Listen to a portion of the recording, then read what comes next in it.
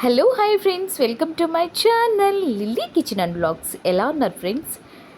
నేనైతే చాలా బాగున్నానండి. ఈరోజు నేను మీకు ఒక new recipe and healthy recipe మీకు చూపించేస్తున్నాను, చూసేసేయండి. నా వీడియో కనుక మీరు ఫస్ట్ టైం చూసినట్లయితే ప్లీజ్ అండి లైక్ చేసి, షేర్ చేసి, సబ్స్క్రైబ్ చేయండి. అండ్ లేట్ చేయకుండా వీడియోలోకి వెళ్ళిపోదాం. ముందుగా కరివేపాకు వల్ల యూజెస్ నేను చెప్తాను, ఒకసారి చూడండి. మనం కరివేపాకు ప్రతి కర్రీలోనూ యూజ్ చేస్తాం కదా, కానీ తినేటప్పుడు మాత్రం దాన్ని పక్కన పెట్టేసి తింటాం. కానీ అలా కాకుండా మనం కరివేపాకు తిన్నట్లయితే కరివేపాకు వల్ల మనకి చాలా యూజెస్ ఉన్నాయండి. కరివేపాకు వల్ల ఏంటంటే మనకి కరివేపాకులో విటమిన్ ఏ అనేది ఉంటుంది. సో దీనివల్ల ఏంటంటే మనకి కంటి చూపు అనేది బాగుంటుంది. మెయిన్లీ ఇంకొకటి ఉందండి, హెయిర్ గ్రోత్ అనేది చాలా బాగుంటుంది. ఇది ఆయిల్లో పొడి చేసుకుని చాలామంది యూజ్ చేసుకుంటారు. అలాగే చెడు కొలెస్ట్రాల్ని కూడా తగ్గిస్తుందండి. అలాగే ఏదైనా మనకి దెబ్బ తగిలినప్పుడు ఇది కనుక పేస్ట్ చేసుకుని ఆ పేస్ట్ని కనుక గాయం మీద పెడితే వెంటనే తగ్గుతుంది. ఇలా కరివేపాకు కోసం అయితే చాలా ఉపయోగాలు ఉన్నాయండి.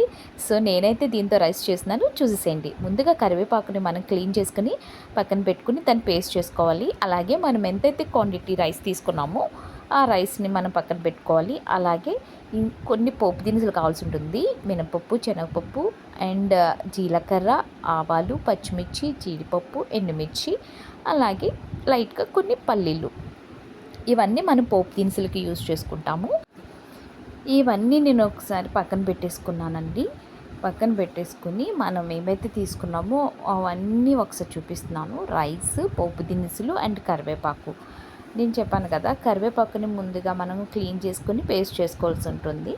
నేను ఆల్రెడీ ఇక్కడ పేస్ట్ చేసుకున్నది కూడా మీకు చూపిస్తున్నాను. ఇలా పేస్ట్ అయ్యింది. మీరు ఎంత ఎక్కువ కరివేపాకు తీసుకోవాలంటే అంత తీసుకోవచ్చు, మీ ఇష్టం. అండ్ ఇక్కడ నేను స్టవ్ ఆన్ చేసేసి కడాయి పెట్టేసి అందులో ఆయిల్ వేసుకున్నాను. ఆయిల్ హీట్ అయ్యాక కొంచెం పచ్చిమిర్చి వేసాను. పచ్చిమిర్చి కొంచెం లైట్గా ఫ్రై అయినాయి అన్నమాట. ఎండుమిర్చి తీసుకున్నాను. ఎండుమిర్చి కూడా యాడ్ చేసి ఇవి కొంచెం లైట్గా ఫ్రై అవ్వాలి. అండ్ మనకి లో ఫ్లేమ్లో పెట్టుకుని ఫ్రై చేసుకోవాల్సి ఉంటుంది. ఇక్కడ కొంచెం ఫ్రై అయ్యాక జీలకర్ర కూడా యాడ్ చేశానండి. ఇక్కడ జీలకర్ర యాడ్ చేసి ఒక్కసారి కొంచెం ఇవి ఫ్రై అయ్యాక మిగతా పోపు దినుసులన్నీ నేను యాడ్ చేస్తాను అనమాట.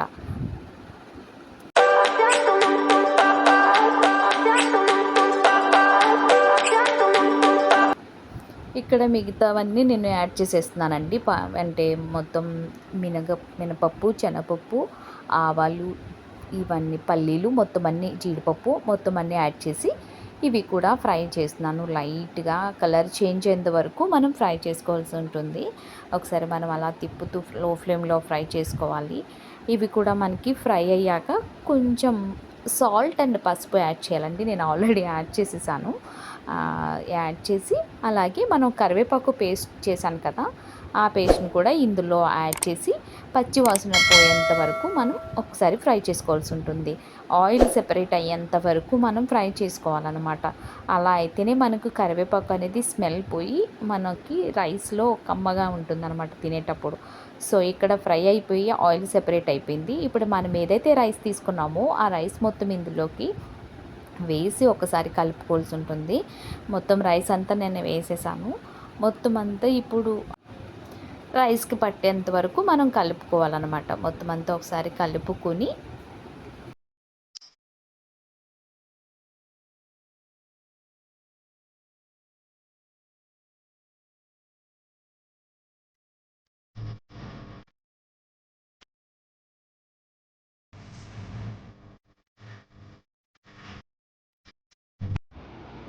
ఇక్కడ ఇలా కలిపేసుకున్నాక మనకి మొత్తం ఫ్రై అయిపోతుంది కాబట్టి రైస్ అనేది ప్రిపేర్ అయిపోతుందండి. ఫైనల్గా మనం ఇక్కడ ఏంటంటే మీకు టేస్ట్ కోసం నిమ్మకాయ పిండుకోవాలనుకుంటే ఒకసారి నిమ్మకాయని కూడా ఒకసారి చూసి వేసుకోండి. లైట్గా ఒక నిమ్మకాయ చెక్క తీసుకుని అది పిండుకుంటే బాగుంటుంది టేస్ట్. ఇక్కడ రైస్ అనేది చాలా బాగుంటుందండి. ఎందుకంటే మనకి కరివేపాకు బాగా ఆయిల్లో మనకి ఫ్రై అవుతుంది కాబట్టి అంత స్మెల్ కూడా అనిపించదు మనకి, పచ్చివాసన అలాంటిది ఏముండదు.